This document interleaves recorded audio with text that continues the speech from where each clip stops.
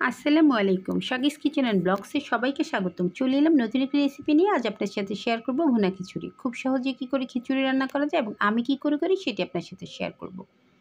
প্রথমে এখানে আমি হাফ কাপ পরিমাণ মশারির ডাল নিয়ে নিলাম। সাথে অ্যাড করে দিব আগে থেকে ভেজে রাখা মুগ ডাল হাফ কাপ পরিমাণ। সাথে আরও অ্যাড করে দিব 2 কাপ পরিমাণ পোলাওয়ের চাল। চাইলে পোলাওয়ের চাল দিয়েও রান্না করা যাবে, ভাতের চাল দিয়েও রান্না করা যাবে, তবে পোলাওয়ের চাল দিয়ে ভুনা খিচুড়িটা আমার খুব ভালো লাগে। আজকে যে মেজারমেন্টে আমি রান্না করব এটা চাইলে নতুন রাঁধুনি অথবা ব্যাচেলররা রান্না করলে একদম পারফেক্ট ঝরঝরে খিচুড়ি রান্না করতে পারবেন। প্রথমে পোলাওর চাল এবং ডালটা একসাথে মিশিয়ে আমি পানি দিয়ে ভালো করে ধুয়ে নিব। অবশ্যই কষলে কষলে খুব ভালো করে ধুয়ে নিতে হবে যতক্ষণ পর্যন্ত না চাল এবং ডাল থেকে পরিষ্কার পানি বের হচ্ছে। কতটুকু চালে কতটুকু পানি দিতে হবে সেই মেজারমেন্টটা আমি অবশ্যই রান্না করতে করতে বলে দিব, এবং এটাই হচ্ছে টিপস অ্যান্ড ট্রিক্স। আর অবশ্যই এই চাল ডালটাকে ধুয়ে একটি চাল নিতে পানিটা ঝরিয়ে নিতে হবে। তারপর চলে যাবো সরাসরি চুলায় একটি পেন বসিয়ে এখানে 1/4 কাপ পরিমাণ সয়াবিন তেল অ্যাড করে দিয়ে দিব একটি তেজপাতা 3 টুকরা করে, সাথে অ্যাড করে দিব দারচিনি এবং এলাচি। অবশ্যই এই আস্ত গরম মশলাগুলো দিতে হবে। মশলাটা একটু নেড়েচেড়ে যখন খুব সুন্দর একটি ফ্লেভার বের হবে ঠিক তখন এখানে অ্যাড করে দিব হাফ কাপ পরিমাণ কুচানো পেঁয়াজ। অবশ্যই পেঁয়াজটা আমি সফট হওয়া পর্যন্ত অপেক্ষা করব, একদম ব্রাউন কিংবা লাল করে ভাজার কোনো প্রয়োজন নেই। পেঁয়াজটা সফট হওয়া পর্যন্ত অপেক্ষা করছি। যদি খুব সুন্দর একটি ফ্লেভার পেতে চান এবং স্বাদ বেশি বাড়িয়ে নিতে চান সেক্ষেত্রে এখানে 1 টেবিল চামচ পরিমাণ ঘি অ্যাড করে দিবেন। আমি 1 টেবিল চামচ পরিমাণ ঘি এখানে অ্যাড করে দিলাম। অপেক্ষা করছি ঘিটা মেল্ট হওয়া পর্যন্ত। যখন ঘিটা মেল্ট হয়ে যাবে ঠিক তখন আমি অন্য মশলাগুলো দিয়ে পোলাওর চালটা খুব ভালো করে চুলার আঁচ মিডিয়াম রেখে ভেজে নেব। দিয়ে দিলাম 2 চা চামচ পরিমাণ আদা রসুন বাটা। আদা রসুন বাটাটা এখন তেলের সাথে খুব ভালো করে ভেজে নিব সুন্দর একটি ফ্লেভার বের হওয়া পর্যন্ত, আর আদা রসুনের কাঁচা গন্ধটাও দূর হয়ে যাবে। দিয়ে দিলাম 1 চা চামচ পরিমাণ হলুদের গুঁড়া, হাফ চা চামচ পরিমাণ লাল মরিচের গুঁড়া। মশলাগুলো দিয়ে সামান্য একটু ভেজে নিব কয়েক সেকেন্ড। এখানে 1 মিনিটও প্রয়োজন নেই, জাস্ট কয়েক সেকেন্ড একটু মশলাটা মিশিয়ে দিয়ে আমি আগে থেকেই ধুয়ে রাখা পোলাওর চাল এবং ডালটা একটু চাল নিতে রেখেছিলাম এবং সম্পূর্ণ পানি ঝরিয়ে ঝরঝরে করে চালটা অ্যাড করে দিলাম। এভাবে যদি চাল নিতে চালটা পানি ঝরিয়ে রাখেন সেক্ষেত্রে আপনার পোলাও অথবা খিচুড়ি হবে একদম ঝরঝরে।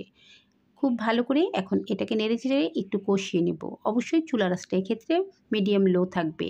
চুলার আঁচ বাড়িয়ে দিলে কিন্তু নিচ থেকে পুড়ে যাবে, আর যেহেতু মশলা দেওয়া আছে পানি দেয়নি তাই অবশ্যই এটা পুড়ে যাবে। চুলার আঁচ মিডিয়াম রাখতে হবে।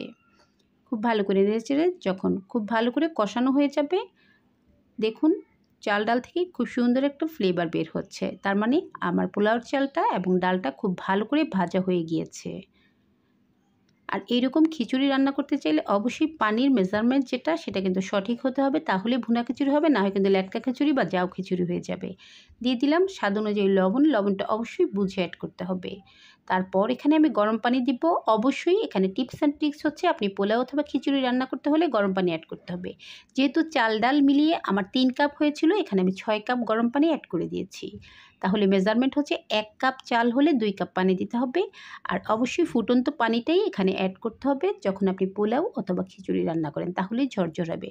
খুব ভালো করে নেড়ে চেড়ে দিব, আর যখন এটা খুব ভালো করে ফুটে উঠবে তখন আমি ঢেকে দিব। যেহেতু গরম পানি দিয়েছি খুব বেশি সময় লাগবে না। দেখুন ফুটে উঠেছে। দিয়ে দিলাম ফ্লেভারের জন্য কাঁচামরিচ। আমি কিন্তু কাঁচামরিচটা কেটে অ্যাড করিনি, আস্ত অ্যাড করে দিয়েছি।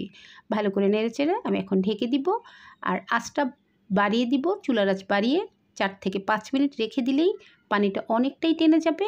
আর এই পর্যায়ে এসে আমি চুলার আঁচ একদম কমিয়ে দিয়ে এটাকে দমে দিয়ে দিব। 20 থেকে 25 মিনিট দমে রাখলেই একদম সফট হয়ে যাবে এবং ঝরঝরে হয়ে যাবে। চাল ডাল সিদ্ধ হয়ে এতটাই সফট হবে যে খেতে অসম্ভব টেস্টি হবে। আর এইভাবেই ভুনা খিচুড়ি চাইলে রান্না করতে পারেন নতুন রাঁধুনিরা। যে কোনো এক রকমের ডাল দিয়েও কিন্তু এই খিচুড়িটা রান্না করা যায়, হয় মসুরির ডাল না হয় মুগ ডাল। আর যদি ঘরে অনেক রকমের ডাল থাকে সেক্ষেত্রে আপনারা চাইলে অনেক রকমের ডাল দিয়েও এই খিচুড়িটা রান্না করতে পারেন। তবে বৃষ্টির দিনে খিচুড়ি খেতে কিন্তু আসলেই ভালো লাগে। আর ডিম ভাজা আর আচার হলে তো কোনো কথাই নেই। আমার কাছে খুবই ভালো লাগে ডিম ভাজা দিয়ে এই খিচুড়িটা খেতে। তবে আমি আজকে এই খিচুড়িটা ডিম ভাজা, মুরগির মাংস, কাঁকরোল ভাজা, পটল ভাজা এবং বেগুন ভাজা দিয়ে খেয়েছিলাম, সাথে ছিল মিষ্টি আচার। নর্মালি কিন্তু খিচুড়িটা গরু মাংস দিয়ে বেশি ভালো লাগে। আমার ছেলেরা যেহেতু গরু মাংস খায় না, তাই মাঝে মাঝে গরু মাংস দিয়ে খেলেও বেশিরভাগ মুরগি মাংস দিয়েই খেতে হয়। দেখুন মাশাআল্লাহ কতটা ঝরঝরে হয়েছে। আর এভাবে খিচুড়ি রান্না করলে পানির মেজারমেন্ট যদি ঠিক থাকে অবশ্যই আপনার খিচুড়ি ঝরঝরে হবে। স্পেশালি যারা নতুন রাঁধুনি তারা কিন্তু পানির পরিমাপটা ঠিকমতো বুঝতে পারেন না।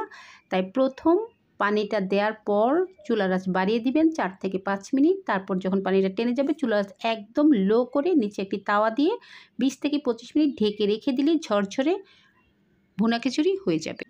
এইরকম অনেক রেসিপি আছে আমার চ্যানেলে, আপনারা চাইলে দেখে নিতে পারেন। আমি অবশ্যই ডেসক্রিপশন বক্সে কিছু লিঙ্ক অ্যাড করে দিব। যদি আমার আজকের এই ভুনা খিচুড়ি আপনাদের কাছে একটুও ভালো লেগে থাকে please like, comments and share করে দিবেন, সাবস্ক্রাইব করে দিবেন এবং পাশে থাকা বেল আইকনটি ক্লিক করে দিবেন। সবাই ভালো থাকবেন, ধন্যবাদ।